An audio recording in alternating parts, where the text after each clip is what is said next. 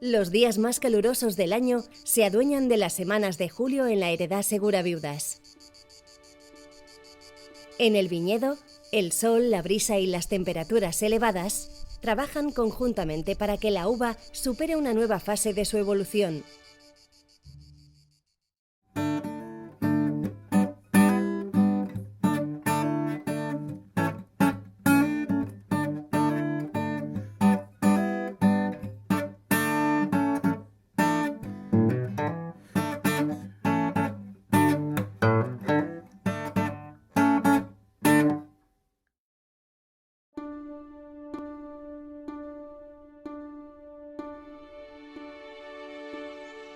Una nueva generación de golondrinas ha nacido bajo el tejado de la masía de la Heredad. Los ajetreados progenitores surcan el cielo de sol a sol en busca del alimento que necesitan sus polluelos mientras ayudan a controlar el equilibrio del ecosistema. En la viña de la Figuera, Sebastià prosigue con sus tareas observando minuciosamente la evolución de los racimos. Durante el mes de julio, las cepas pasan unas semanas delicadas, sometidas a la importante tarea de formación y crecimiento de los racimos. La cultura popular dice que la uva tiene fiebre y no se la debe molestar. Estamos en un momento donde no hay ningún problema fitosanitario.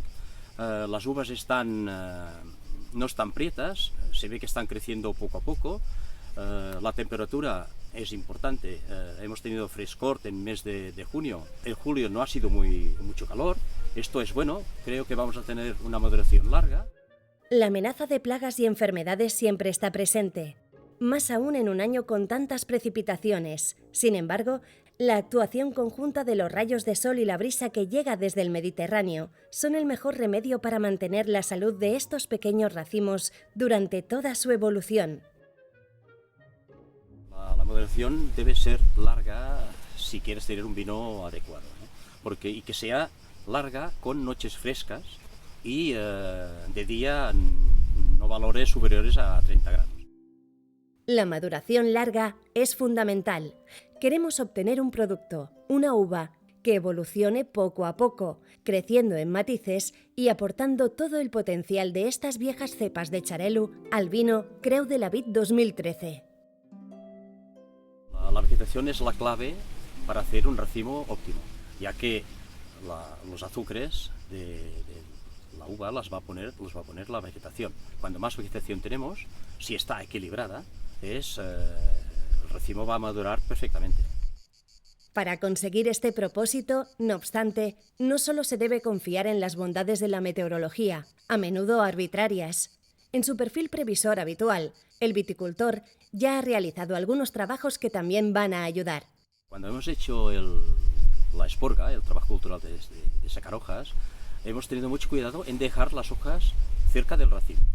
Proporcionar una dosis de sombra a los racimos para evitar que el sol los queme es uno de ellos.